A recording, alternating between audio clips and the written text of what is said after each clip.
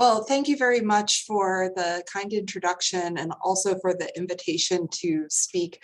I was really excited about this invitation because I have been obsessing over symmetry and symmetry breaking in nanocrystal synthesis for much of my independent career. And so when I found out that there was this whole symposium on geometry and packing and material structure and biology, I was just amazed, and I'm looking forward to participating and attending other talks in this series as well. So before I get into the specifics of my project, I like to start with sort of the big picture, and we really don't have to look very far to see beautiful examples of symmetry in nature and how nature can take a variety of different forms, displaying radial, bilateral, and translational symmetry, for example. What I find so amazing about these examples of symmetry in nature is how that symmetry can be related to the actual function of the creature or the object that has been created. And here's an example of webs that have been woven by orb spiders, where the way in which they weave their web in a radial manner impacts the overall mechanical strength of the resulting web, so that when their prey impacts on it, it doesn't just destroy their creation, and they're able to reuse it and collect their food. And so it's really a beautiful example of how the underlying form of a particular material is related to the function that it displays. And this same idea extends into the realm of inorganic nanomaterials, which is my area of expertise. And we can start by considering just the basic crystal structure of an inorganic material and how the bonding and the arrangement of the atoms in the unit cell can determine whether or not a particular material is going to be a conductor versus a semiconductor or insulator. But then moving to longer length scales, the nanoscale, the actual form of nanoscale materials can be incredibly important to the function that they display. We can consider particle size as a first definition of form. Whereas you decrease the size of an inorganic crystal into the nano regime, there's going to be an increase in the surface to volume ratio. And this can make for more efficient use of precious materials and applications that require the surface, but also many materials display unique properties as a function of particle size once we're down in the nano regime. So for example, metals can scatter and absorb light throughout the visible and the near infrared, where the specific energy associated with that light absorption and scattering depends on particle size. But what I think is an incredibly powerful tool is the idea that many of these same properties also depend on particle shape, which has a defined symmetry associated with it. So we can consider a face-centered cubic metal such as platinum, palladium, or gold. And when prepared as a nanocube, this will selectively express what's known as a 100 facet, which has an open packing arrangement of atoms. So if you look at the center atom here, we have 4 in the plane in contact with it. And this contrasts with when the exact same metal would be prepared as an octahedrally shaped nanoparticle. In this case, it would selectively express what's known as the 111 facets, which have a close packed arrangement of atoms. So now 6 nearest neighbors within the plane. And these differences in atomic arrangement can give rise to different surface adsorbate interactions with molecules, and in turn, different catalytic activity and selectivity. But also the light scattering and absorption properties of metal nanoparticles can depend heavily on particle shape. We are also interested in my laboratory on overall architecture of nanoscale materials, so how different components are put together in 3-dimensional space and how that brings about new function. And then ultimately, if you have defined nanoscale materials, how you can use those as building blocks to bring about new collective properties as a function of how those nanoscale building blocks are arranged in 3-dimensional space. But for today's talk, I'm going to put a lot of focus on this idea of particle shape and the underlying symmetry that defines our nanocrystals. And the particular materials that I am interested in are multi-metallic compositions. And this is because when you combine two or more metals within a given structure, you can bring about multifunctionality as well as enhanced performance. So in the case of multifunctionality, there's a very nice example from Naomi Hallis and Michael Wong at Rice University, where they prepared gold nanoshells and deposited palladium islands on the surface of the gold nanoshells. And in this way, they could take advantage of the light scattering and absorption properties of nanoscale gold for surface enhanced Raman spectroscopy, while coupling it with the catalytic properties of nanoscale palladium for hydrodechlorination reactions, which they could monitor in real time under operating conditions through the surface enhanced Raman spectroscopy. In terms of enhanced performance, there's a very nice example from Brian Eichhorn and Manos Mavroukakis, where they were developing catalysts for the Prox reaction and found that if you took ruthenium and platinum metals and put them in a core shell architecture, that you could actually get much higher durability and performance in the core shell architecture compared to when the two metals were atomically mixed or just linked together as discrete nanoparticles. And this was attributed to an electronic effect inherent to the bimetallic architecture imparted in that nanocrystal. And so my research group has been trying to develop robust synthetic methods to multi-metallic structures where you can have defined shape and symmetry. And this isn't necessarily straightforward in the case of multi-metallic compositions, because you're typically taking two or more metal precursors and have to simultaneously reduce them to generate a multi-metallic phase. And because those precursors can be reduced at different rates and under fairly different conditions, you often can end up honestly with just a mess. And so my research group's idea was to couple these co-reduction approaches with seed-mediated methods, where the idea is that you could take preformed metal nanoparticles in solution, and that those preformed metal nanoparticles would serve as preferential and structurally defined sites for multimetallic deposition, where our initial goal was simply to transfer the shape of our initial seeds to our multi-metallic composition that we wanted to deposit on top of our seeds. So this contrasts with a traditional seed-mediated method where we would have our metal seeds and then reduce a metal precursor to deposit a monometallic or single metal shell on top of those seeds. Now we have multiple metal precursors that are going to be reduced simultaneously in the presence of these seeds, with the goal being to transfer the uniformity of our metal seeds to the final structure, which has a multi-metallic shell. And so as an initial test system, we looked at the co-deposition of gold and palladium in the presence of gold octahedral seeds using ascorbic acid as a reducing agent and CTAB as a capping agent. And what we found was that we can indeed co-deposit gold and palladium on top of our gold octahedral seeds with preservation of the initial seed symmetry. So shown here is a SEM, or scanning electron microscopy image, showing the octahedral shape of the nanoparticles. And then from elemental mapping by STEM EDS, energy dispersive X-ray spectroscopy, we can map the elemental distribution in these nanoparticles. Now, of course, this is a 2D projection of a 3D structure, but we have gold and palladium mixed at the surface of these nanocrystals. So bimetallic deposition was achieved with preservation of our seed shape. So we were really excited about this initial demonstration, but what I thought was so amazing was just how versatile this synthetic approach ultimately turned out to be.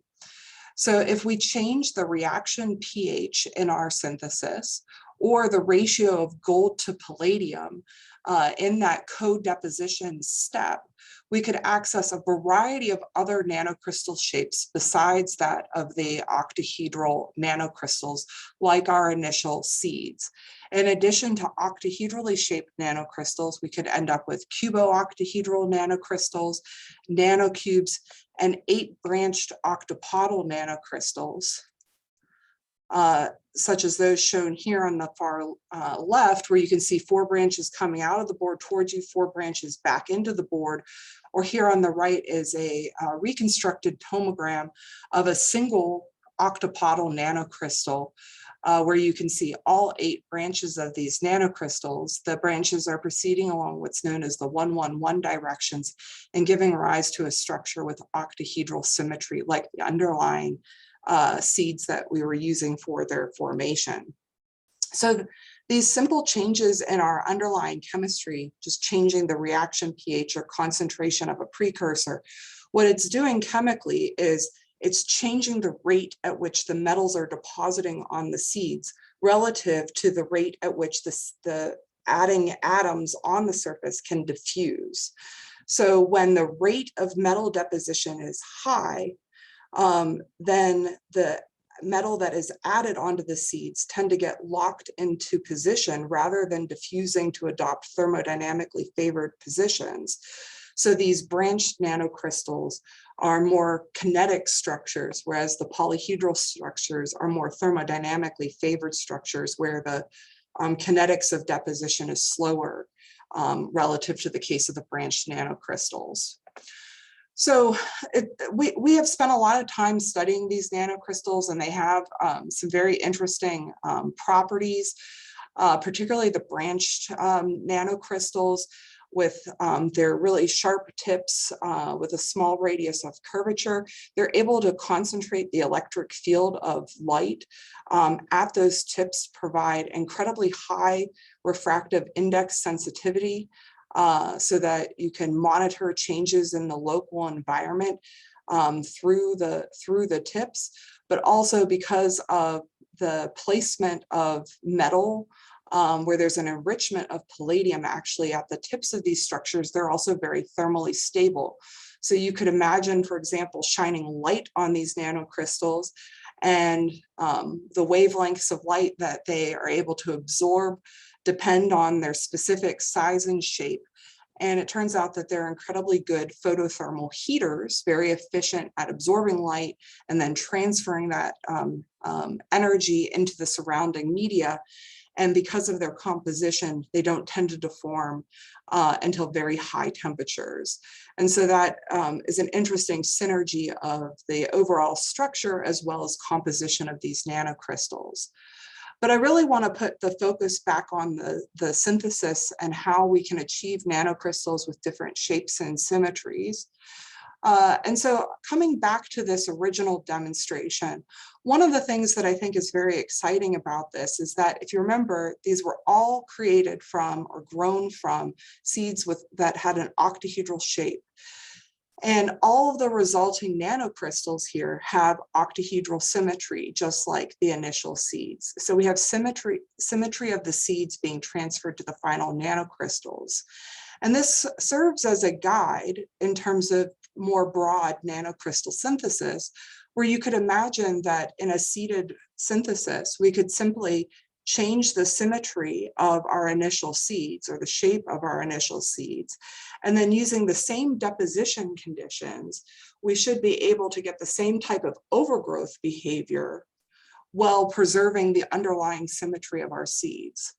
So that's what was done in this following experiment, where we prepared from known literature methods, palladium cubes with octahedral symmetry, palladium bars with D4H symmetry, palladium octahedra with octahedral symmetry, palladium tetrahedra with tetrahedral symmetry, and palladium right bipyramids with D3H symmetry, did this seed-mediated co-reduction approach to make branched nanocrystals. And indeed, in all cases, we were able to access branched nanocrystals, but the overall symmetry of the final nanocrystals were predefined by the initial seeds. So for example, from the palladium bars, we end up with 8-branched nanocrystals, one a branch emerging per vertex of the seed.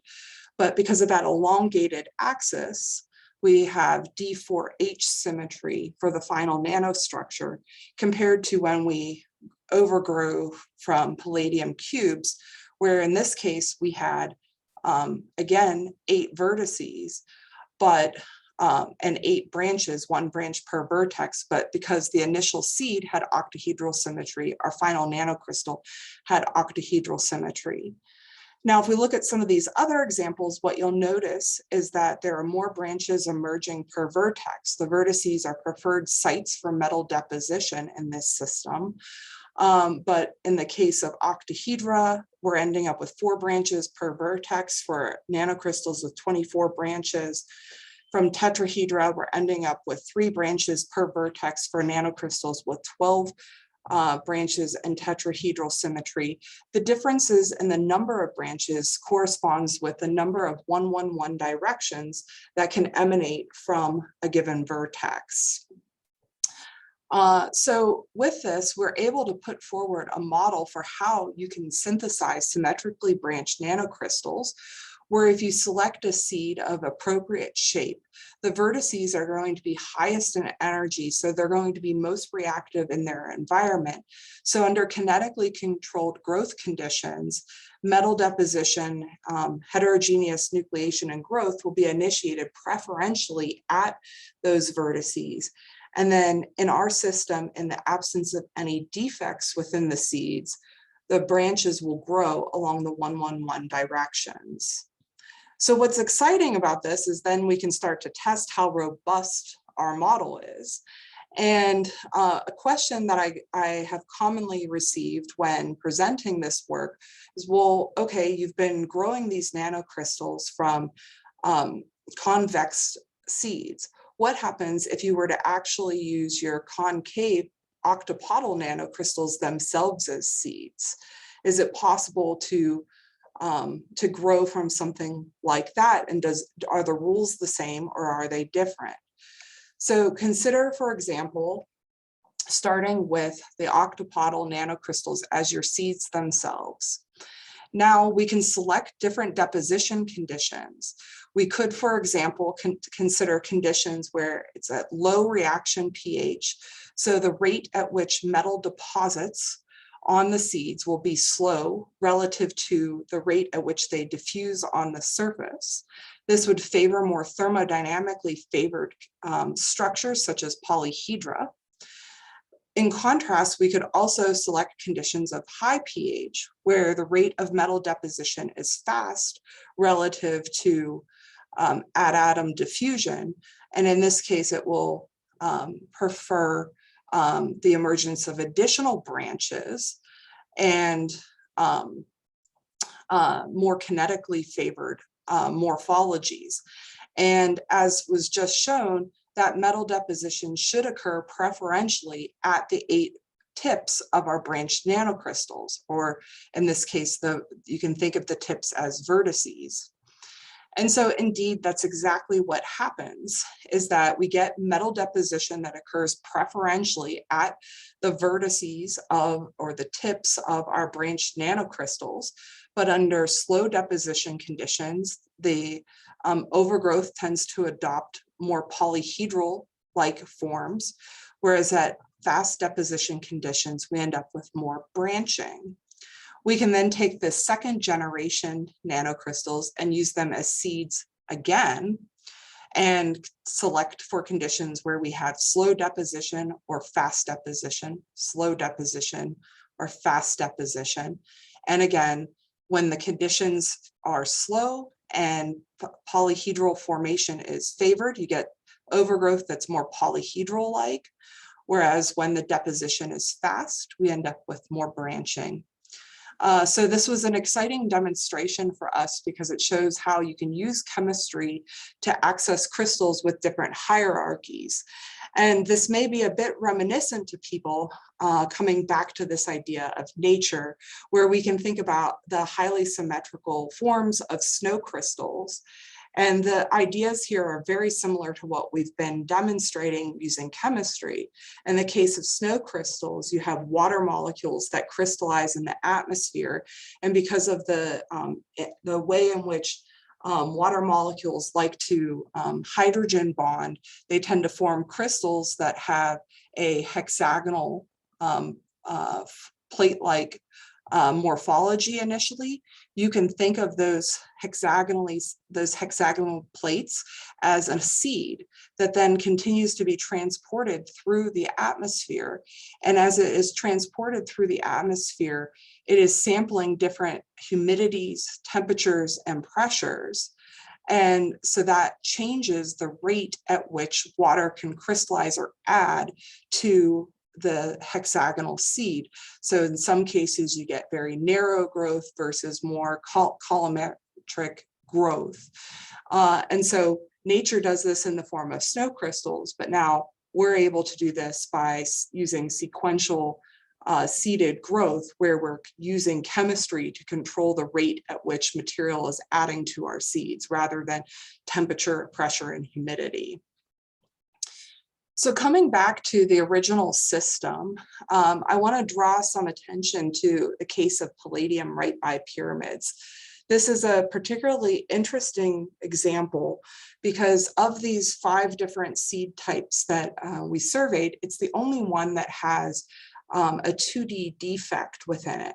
Right by pyramids are created by introducing a twin plane that bisects the right by pyramids into 2 single crystalline domains. So what that means is that the 2 axial vertices are crystallographically different than the 3 equatorial vertices. As you can see from the microscopy images here, we ended up with 5-branched nanocrystals with D3H symmetry like the initial seeds, where we have branches that are growing, 1 branch growing in each axial direction, and then 3 branches in the equatorial directions. And a question that often arose was, when presenting these results was, were the lengths of the branches different in the axial directions versus the equatorial directions because they're crystallographically inequivalent? I don't have an answer to that. It's very hard to get that information because they don't tend to orient well in the electron microscopes. But we decided to start looking more systematically at the overgrowth from seeds where there are planar defects introduced into them, or where they're, and so here are some examples of synthetically accessible nanostructures that have 2D planar defects. Gold decahedra, for example, are pentatwinned with 5 twin planes, putting together 5 tetrahedral units. Gold pentatwinned rods are just decahedra that have been elongated. Gold icosahedra are created by putting together or having twin planes, and gold nanoplates have 2D stacking faults all throughout them. And when we use this chemistry to grow on top of them, a new multimetallic phase, what we found was that we are able to actually access branched nanocrystals, but instead of the branches emerging from the vertices of the nanocrystals, the branches occur from all of the faces. So if you actually go and count the number of branches that you're observing in these different systems, they correspond to 10 branches in the case of decahedra, 1 branch per face. The same thing for the gold icosahedra. They're also proceeding along 1-1-1 directions from those faces. But we were a bit surprised by this observation, and wanted to gain a little bit more insight into this different growth mode.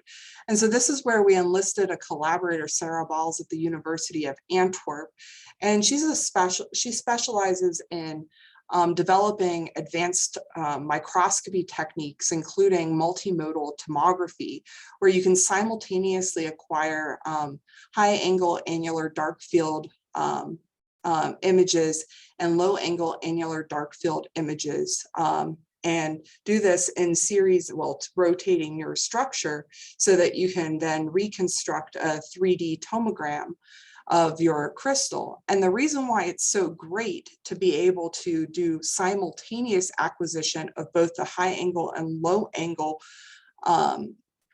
modes is that the high angle mode gives very good spatial accuracy, whereas the low angle mode puts emphasis on scattering, which puts high accuracy on the position of the planar defects.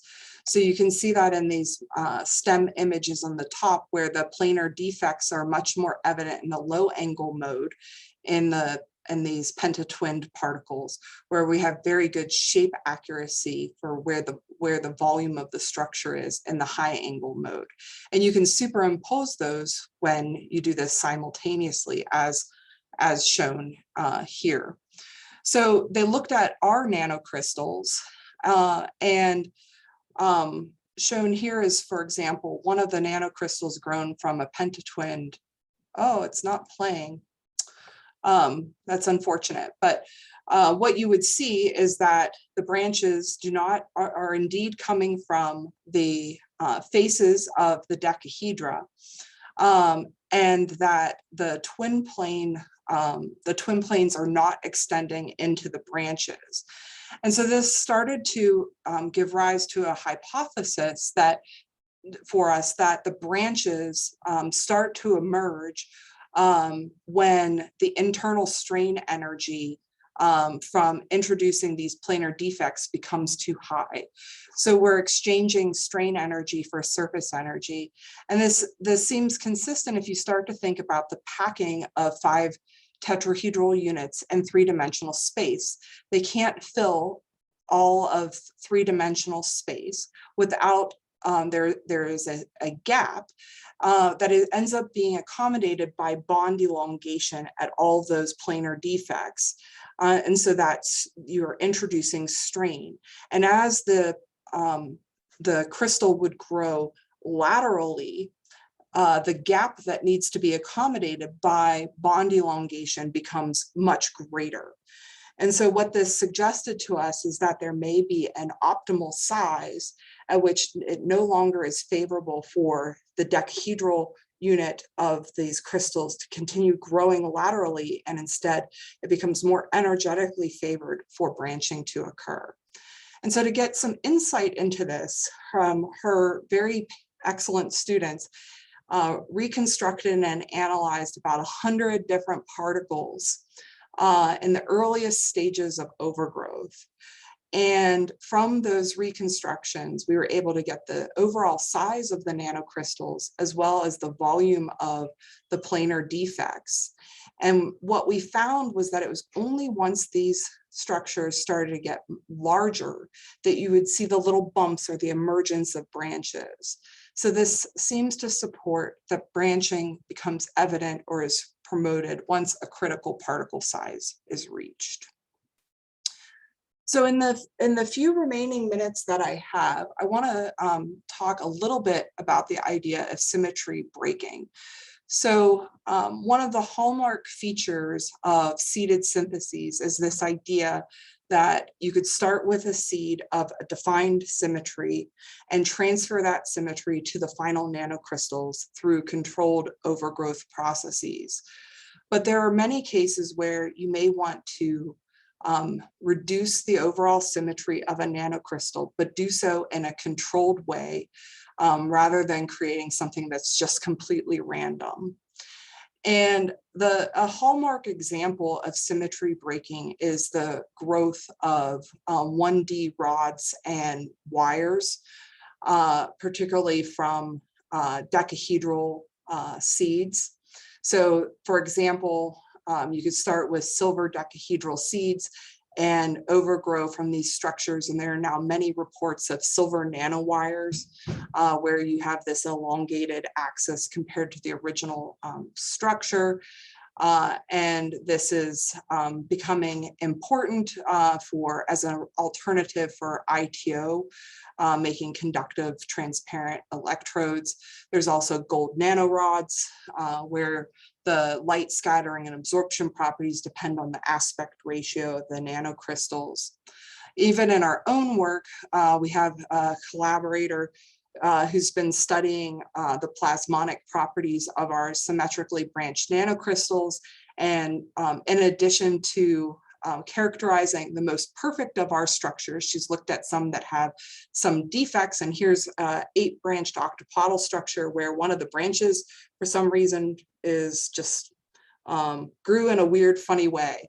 And what you can see is that it changed from in the characterization, how or where the electron field enhancements occur for these nanocrystals. When they're highly symmetric, you end up with all of the field enhancement at the tips collectively, whereas in the case of this one where the symmetry is reduced, you can only access most of the enhancements independently. So that could be potentially useful if you're trying to manipulate light at the nanoscale. But of course, we would like for this to be done in a controllable manner. And so I'll come back to this case of the right bipyramids and that original question that was posed, which was, are the branches in the axial direction different from the branches in the equatorial directions? One of the hypotheses that we started to test was the idea that if we reduced supersaturation in our overgrowth process, then it would force a kinetic choice between these crystallographically inequivalent sites, that the barrier for metal deposition may be preferential at just the axial positions or just the equatorial positions because they're energetically different. And so to test this, we reduced the amount of metal available for deposition on our seeds. And what we found was that indeed, the process was selective. We only saw metal deposition occurring along the edges and the equatorial positions and not in the axial positions. But when we went up in concentration, we ended up with those 5-branched pentapods where we had metal deposition occurring at each vertice. Now, of course, in those cases, we were taking advantage of there being crystallographically inequivalent sites on our seeds. But the real hallmark would be whether or not you could achieve regioselective overgrowth from seeds where you have crystallographically identical sites. So you could imagine starting with a seed of a cubic shape, and would it be possible to selectively deposit metal just on one vertex or a couple of vertices selectively rather than all 8 vertices? And so again, we started with this idea that if we reduced supersaturation by having less metal available to deposit per seed, that it would force a choice between these otherwise crystallographically identical sites. Now, you may be wondering what would be the motivation or what could be why this may be feasible. And one thing that I'd like to highlight is that these seeds are not perfect. They are not atomically precise materials. So if you look at this electron microscopy image of a nanocube, what you'll notice is that there are different degrees of corner truncation, which means that there are different numbers of atoms or unsaturation at those sites. So they should be energetically inequivalent, even though we think of them as crystallographically equivalent. So to test this hypothesis, we undertook a very systematic study where as you move across a row, there's an increase in sodium bromide in our synthesis. Oh, I should add that we were starting with palladium nanocubes and looking at gold deposition in this particular case. And so as you move across a row, we're increasing the amount of sodium bromide in our system. And so the sodium bromide was added to this system because it tends to absorb and bind strongly to the 1,0,0 faces of the cubes. And so as you would increase the amount of sodium bromide in the deposition step, you could imagine that you would be blocking or making it less favorable for metal to deposit on the faces of the seeds, driving metal deposition to the vertices. As we go down a column, we're increasing the amount of gold precursor available for deposition per seed. And so we would anticipate that at low concentrations, there should be more selectivity for just metal deposition at one site, whereas as we increase the overall concentration or supersaturation, then it would become less selective at higher concentrations. So I know that looking at these SEM images, it's difficult to see any of the finer features. So I'm going to pick out these four. And shown here are the results. So at low concentration of sodium bromide, where the faces are poorly blocked, and low concentration of metal precursor, you see some, the yellow is corresponding to gold, the red is corresponding to palladium. There's some diffuse gold islands that are on these structures, but nothing very well defined. As you increase the amount of sodium bromide in the system to block the faces, now the gold is selectively depositing on the vertices. You can see that in the elemental map and some of these TEM images where there's these little globular regions corresponding to gold. But not all of the vertices are having gold deposit on them, for example, here and there. Now moving down, as we increase the amount of metal precursor available to deposit on the seeds, we would anticipate less selectivity in the placement of the metal. And so when there's low sodium bromide, we would anticipate metal deposition on the faces as well as the vertices and edges. And indeed, we end up with a core shell structure where gold is conformally depositing around the palladium seeds. But if we increase the amount of sodium bromide so that the faces of our seeds are blocked, limiting the amount of metal that would deposit there, we now end up with silver or with gold depositing on the vertices only of our seeds.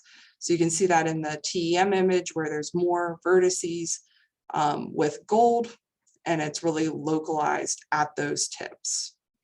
So I hope this shows you that it's possible to have some degree of regioselective overgrowth and reduced symmetry in seeded growth. It's not perfect. You'll notice here that we have some mixtures of different products. And so this is something that my group is thinking heavily about, how we can control this process in a much more intentional way to activate just one vertex or just two vertices and not have a population or distribution. So coming back to a sort of a bigger picture, I'm really motivated by the idea of providing synthetic tools so that if you dream up something that you want to make and study the properties of, that the chemical tools already exist so that you can achieve your materials by design. And this really is an exciting pathway because you could imagine using some sort of computational tools to make predictions about the properties of a material. Here we're looking at the light scattering and absorption properties of nanocrystals with a particular shape and symmetry, but then selecting seeds with the symmetry that you'd like, the deposition kinetics that you would then need to overgrow from those seeds to achieve the final nanostructure that you like or are interested in. So if this is a topic of interest to you, I wrote a book with one of my former postdocs on metal nanocrystals that really talks about the fundamentals of metal nanocrystal formation and their properties in much greater detail. So with that, I don't do any of the work. I have an incredibly talented group of students The work that I talked about today was really pioneered by all of these different group alumni who are now off doing all sorts of awesome things, with being picked up by Zach Wassner and Jack Gagoyson, funding largely from the US National Science Foundation. With that, I thank you all for your kind attention, and I'll gladly welcome questions. I'm looking forward to the discussion period.